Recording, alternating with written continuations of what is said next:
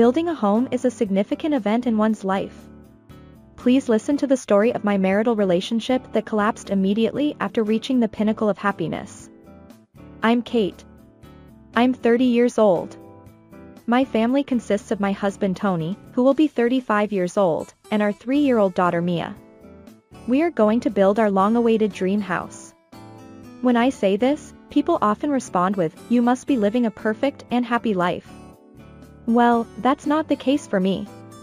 Lately, I've been constantly worried about our house under construction and my in-laws. The first step towards the collapse was when I left my daughter with my in-laws. My husband and I both work, so we hardly have any time on weekdays. We would usually go out on weekends to look at properties and discuss house designs. Since my daughter would get bored and fussy along the way, I would always leave her with my parents who live nearby. However, one morning, my father fell ill and had to go to the hospital. I received a message saying that they couldn't take care of Mia. It couldn't be helped, so I decided to cancel our plans for the day. That's what I thought, but my husband suggested. What if we ask my parents to take care of her? To be honest, I don't get along well with my in-laws. They believe that as the son's wife, I don't need to hold back and can say whatever I want. What era are we in? Besides, I feel hesitant about suddenly asking them to take care of a 3-year-old. But if we postpone today's plans, the completion of our house would be delayed. I struggled with the decision, but I had no choice for today, so I decided to entrust my daughter to my in-laws. As soon as I finished my errands that day, I went straight to my in-laws' house with an expensive box of sweets as a gift. In the evening, we arrived at my in-laws' house, and perhaps thanks to the gift, they responded cheerfully. After politely thanking my in-laws, we started heading home when my daughter said, "Where is Grandpa and Grandma's room in the new house?" I was taken aback and asked Mia, "What are you talking about? Did Grandpa and Grandma ask you that?" "I don't know." With that, she ended the conversation and started talking to her stuffed penguin. Mia calls my parents a mom's grandpa and a mom's grandma. Grandpa and a grandma refer to no one other than my in-laws. I see. Grandpa and Grandma must have been wondering if there is a room for them when they come to our house. At that time, I'm sure that's what I thought. Since then, my in-laws have started visiting us frequently, targeting the times when my husband and I are at home, such as weekday evenings and holidays. Our family is currently living in a small and old rental apartment to save money for buying a house. Whenever my in-laws come to our house, they immediately settle down in the dining area or on the sofa and ask to see the documents related to our house under construction. Even before I can stop them, my husband eagerly presents the documents and starts explaining to my in-laws. Why do they need to see them? It's already uncomfortable enough that they come over so often. After that, my mother-in-law bombards me with a series of questions, as if she were in a parliamentary debate. I'm the one who has to answer the questions, not my husband. It's as if the chairperson is speaking through her. Regarding this floor plan, don't you think the kitchen's location here is inconvenient? Please change it. Since there are few small rooms, add more. Everyone feels comfortable in small rooms as they get older. Besides, having only one children's room won't be enough when you have another child. What are your thoughts on the declining birth rate? I'm sorry. The last sentence was a lie. It's not like they're questioning me about measures to counter the declining birth rate. This time, it seems to be my turn to answer. Based on discussions between my husband and me, following proper procedures, and having meetings with the contractor, the foundation work has already begun. It's no longer possible to change the layout, so please understand. I responded somewhat angrily. Then, they started asking me in great detail about the furniture and appliances. My mother-in-law claims to be a professional when it comes to houses. I have many friends, and I visited various homes and carefully observed different rooms. With my discerning eye, I can immediately tell which rooms are comfortable and which furniture has good taste. This house, this room, is completely unacceptable. It will drive away good fortune, and even work won't go well. It's the worst. She claims to be a professional, but she's just a blood-sucking bug. My mother-in-law is so annoying that I jokingly said, in that case, should we make it a two-family house and split the cost? But my in-laws got furious. My father-in-law. Are you telling us to give you money? You ungrateful child. A two-family house? I hate anything that feels so formal and lonely. That day, my in-laws left early. Go home, go home. You're not even real parents. There's no need to be told to be filial. They're more like a what?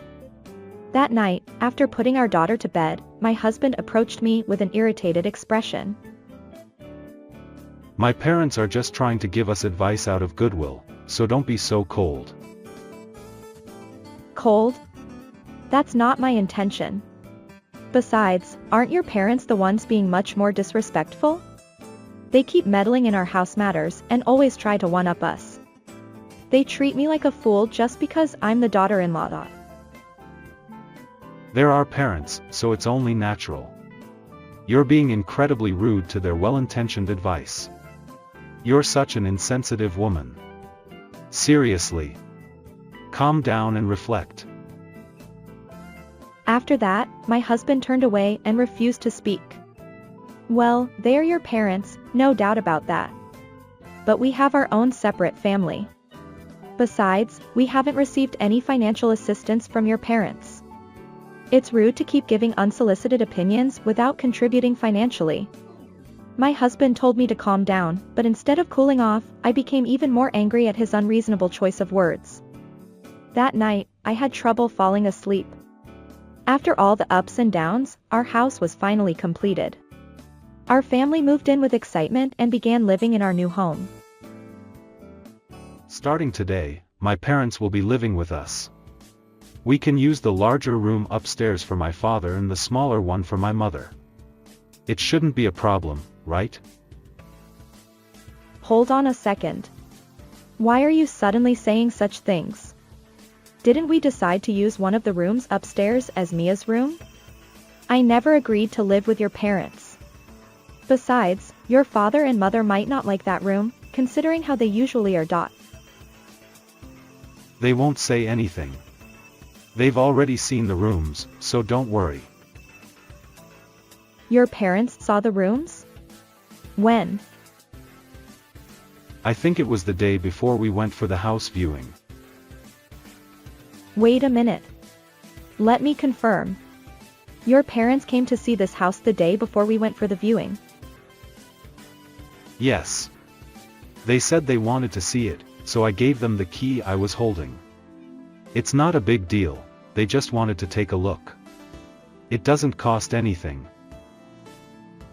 Husband seemed annoyed as if the conversation was over and went back to working on the TV wiring that was left unfinished. It does cost something, and it just decreased. And quite dramatically. I didn't want to see my husband's face, so I left the kitchen unpacking as it was and went upstairs. I closed the door, locked it, and tried to organize my thoughts that were in disarray due to confusion and anger. I truly felt relieved that Mia was at the nursery school because it allowed me to think alone. Thanks to that, I can think clearly and calmly. I don't want to be with those people anymore, not even for a second. However, we had just made a big purchase of a house. I need to be calm and composed. I need to think about what to say and what not to say. I need to think about our future, mine and Mia's. I stayed in the room, contemplating and keeping these thoughts in mind while waiting for my in-laws to arrive. As my husband said, my in-laws arrived in the early afternoon along with a truck carrying their belongings. You should at least greet us. You guys have no common sense. Oh, it's still a mess here. You're so clumsy. After complaining for a while, my in-laws naturally entered our newly built house. I was listening attentively from the second floor, so I came out of the room and headed towards the entrance. Father-in-law, mother-in-law, I never heard anything about living together with you. My first words, spoken with determination, were surprisingly cold. Father-in-law seemed annoyed by that and quickly blamed me. I told Tony. There shouldn't be any problem. No, there is a problem. I heard from Tony this morning that you and mother-in-law have the intention to live together. Besides, I have no intention of living with you. Not with such rude people. What did you say? Tony said it was fine. That's right. You're such an impudent daughter-in-law. If you don't like it, why don't you leave, Kate? No, it's not going to work. I've been thinking this for a long time, but our ways of thinking are too different to have a conversation with these people. As I was thinking about how to fight back, my husband came flying over in a panic. What are you doing, Kate? Don't fight with my parents. Fight? It's not an equal fight. I'm being verbally abused unilaterally just because I'm a wife. And now, I'm being blamed by my husband again. I think again that this parent and child are the same. Tony, I can't live with your parents. You can't. Don't make things difficult for me. You're my wife, so you should obey your husband, right? Before I am your wife, I am a human being. Do you think you can force me to obey you, my father-in-law, who had been listening to our conversation? I don't want a wife like that. Then my husband also agreed with his father, saying, That's right. Maybe it's better to divorce a wife who can't treat my parents well. I've been waiting for this. Understood. Then let's get a divorce. I said it clearly. A husband who brought up the idea of divorce, and a wife who agreed to it. I hope my smartphone in my pocket is recording this exchange well. With a feeling of prayer, I continued on. We will become strangers, so please return the 35 million yen that Tony lent us as the construction cost of this house. Parents-in-law, huh? My parents-in-law raised their voices in surprise. My husband lost his color and looked at me with a face that was white beyond blue. I will explain very politely to my parents-in-law, who do not know the circumstances. It seems that there is some misunderstanding. Tony did not contribute a single yen to the purchase cost of the house. This house was built only with my savings. Because this person had no savings at all due to a complete lack of planning. Since my husband and I both work, we shared the same amount of living expenses from each other's income. We had a promise to save the remaining amount in each other's name, but this person wasted it and didn't put it into savings. Hey, Kate. You don't have to go that far. It's all true. And yet, when it came to buying a house, you wouldn't give in to having the house in my name, would you? So I made it so that I would lend you money. There's a loan agreement, so you can't pretend it didn't happen. That's...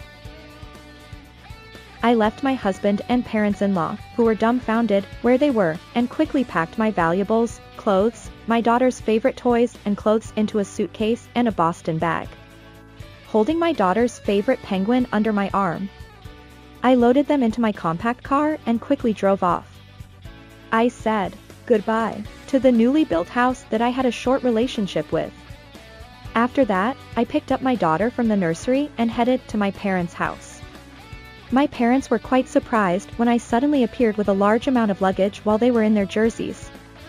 If it's sudden and inconvenient, I can go to a business hotel or something, I said hesitantly, and my parents hurriedly stopped me. I heard later that my parents were worried that I might be thinking of taking my daughter with me. In fact, it was the opposite. I had made a vow to protect this child no matter what. For the time being, I explained the situation to my parents. That I was going to divorce my husband, who had no good points, and that I absolutely wanted to take care of my daughter. My parents promised to support me wholeheartedly. And they told me to live at their house for a while. This was a very grateful offer for me. As I worked that evening, I summarized everything that had happened between my husband and my parents-in-law in a document. I saved the audio data from the conversations I had with my husband and my parents-in-law, which I had recorded on my smartphone, to my computer and external media. Armed with these, I took paid leave and used my weekends to visit several law firms. Finally, I found a lawyer who seemed trustworthy and formally requested their assistance. As I continued with my busy daily life, a week had passed in the blink of an eye since I left our new home. On that day, when I finished work and left the office, someone was waiting for me. It was my husband. I would like to call him my ex-husband, but since the divorce papers had not been processed yet, he was still my husband on the family register, which was unfortunate. Although we hadn't had any conversations, I was afraid of what might happen if he got angry and did something. So, I looked for a place where there were people around and entered a cafe with him. I made sure to turn on the recording function on my smartphone, just in case. I tried to stay as calm as possible and asked him, "Do you have something to say?" Yes, that's right. About the house, I want to give it to you, Kate. I want to change the ownership. Can you just forget about the money? I replied, "I'm sorry, but I can't bring myself to live in that house anymore. Your parents stepped inside before us, didn't they?" Those little details don't matter. They matter to me. It's impossible. After taking a sip of coffee, I looked closely at my ex-husband. His hair was messy, with strands sticking out in several places. He had stubble on his chin, and his complexion wasn't good either. Although he was wearing a suit, his white shirt was wrinkled, and it seemed like he hadn't ironed it or taken it to the cleaners. I didn't know what kind of life he was living, but I thought he looked quite worn out. Please, Kate. I can't easily repay such a large sum of money. You knew it was a large sum of money when you borrowed it, didn't you? I suggested that we put the house in both our names, and I even proposed that it could be in my name alone. But you refused to let go of the idea that it should be your house, your name. That's because I thought I was the head of the household. And even though I mentioned divorce, I wasn't serious. Why did you take it seriously? I'm serious. I'm fed up, and I'm definitely getting a divorce. If it were just a lack of ambition, it would be one thing, but I can't imagine being stuck with such rude parents. That's... Mia is waiting for me, so if we're done talking, I'm going home. Wait. I'll be the one to take care of Mia. I felt uneasy at my ex-husband's words. When I returned home, I asked my parents to be careful not to let Mia be taken away by force. A few days after my ex-husband's visit, I received a call from the nursery saying that someone who appeared to be my parents-in-law had come. I left work early and hurried to the nursery. Fortunately, I had informed them in advance, so my parents-in-law were waiting for me in a separate room. They had made sure that Mia wouldn't meet them. When I entered the room where my parents-in-law were, I was suddenly shouted at. Give back our grandchild. You greedy thief. What do you mean by greedy thief? I haven't stolen anything. If you're not a thief, then you're a fraud. You must have done something wicked to earn that money. Otherwise, there's no way you could have that much money at your age. No, all the money I lent to Tony is mine. It's the money I earned fairly and squarely, my own money, money I received from my parents, and money I received as a gift from my grandmother while she was still alive. Huh? A gift? Yes. Every year, they transferred an amount that was not subject to gift tax to an account in my name. The total amount, the money I received from selling stocks in my name, and the savings I had accumulated, all added up to that amount. It really was Kate's money. Didn't you give Tony a gift while you were alive? You can still do it now. Gur. My father-in-law groaned and fell silent. My parents-in-law are flashy and love to show off, and they love luxury more than anything else. They're an ordinary salaried family, so they probably don't have much savings and no passive income. It's clear that they never even thought of giving a gift while they were alive. I'm sorry, but I'm divorcing Tony. I'll take care of Mia myself. Please don't come to the nursery anymore because it's a nuisance. I said that much and quickly took Mia and went back to my parents' house. My advice was in vain, and Tony and my parents-in-law came several times after that. Each time, I tried to talk to them as calmly as possible and send them away, but I was often grabbed by the arm or showered with abusive language. I recorded all of their behavior on my smartphone. About a month had passed since the day I left our new home. I sent a document through a lawyer requesting repayment of the debt and agreement on the divorce. My ex-husband agreed to most of it, but he showed a fighting spirit regarding custody. However, when I mentioned that I would claim compensation if we fought, he backed down. He had become quite docile. After all, I had plenty of evidence, and he had no savings to pay. It took a little longer than I expected for my ex-husband to repay the debt. This was because the sale of the new house did not go as smoothly as I had hoped. At first, I thought that Tony and my parents-in-law would live in the new house together. The reason was simple. Neither my parents-in-law nor my husband could afford to pay the 35 million yen purchase price. My husband didn't have any savings to begin with, and even if they sold the old house where my parents-in-law lived, it wouldn't be enough to cover the cost. In the end, we put the new house up for sale at a lower price than the purchase price, and after several price reductions, we finally found a buyer. The difference between the purchase price and the sale price, as well as the commission at the time of sale, were borrowed by my husband from the bank. My husband, who had lost his house and was burdened with debt, ended up living with my parents-in-law in their shabby house. Furthermore, my ex-husband's sister, who had divorced, returned with her 2 sons. The sons were in junior high school and high school. Perhaps because 6 adults were crowded into a small, dilapidated house, the sound of them verbally abusing each other echoed every day, and it became a topic of conversation in the neighborhood. This family no longer had anything to do with us. Since they couldn't even pay child support, there was no need to have any contact with them. 4 years have passed since then, and my daughter Mia is now in the 2nd grade of elementary school. The 2 of us are currently renting a room near my parents' house. On days when I come home late from work, my parents take care of Mia for me, and with their help, the 2 of us spend our days happily. I had thought that it would be nice to continue living with just the 2 of us without getting married again, but now I have someone I'm dating. He is a 36-year-old man with a 1st-grade daughter and a history of divorce. We often see each other when we drop off and pick up our children at the nursery, and we started talking, which led to a confession. Recently, the 4 of us have been going out together with our daughters. The other day, Mia casually said, If we build a house, it would be nice if we all had our own rooms, and it would be great if we could have a dog. My heart skipped a beat when I heard those words. Actually, a little while ago, I received a proposal from that man. I'm waiting for an answer because of my daughters, but my mind is made up. I approached Mia and hugged her small back. I said, "That's right. I want to build a house again. This time, let's discuss it as a family and make a house where everyone can be happy.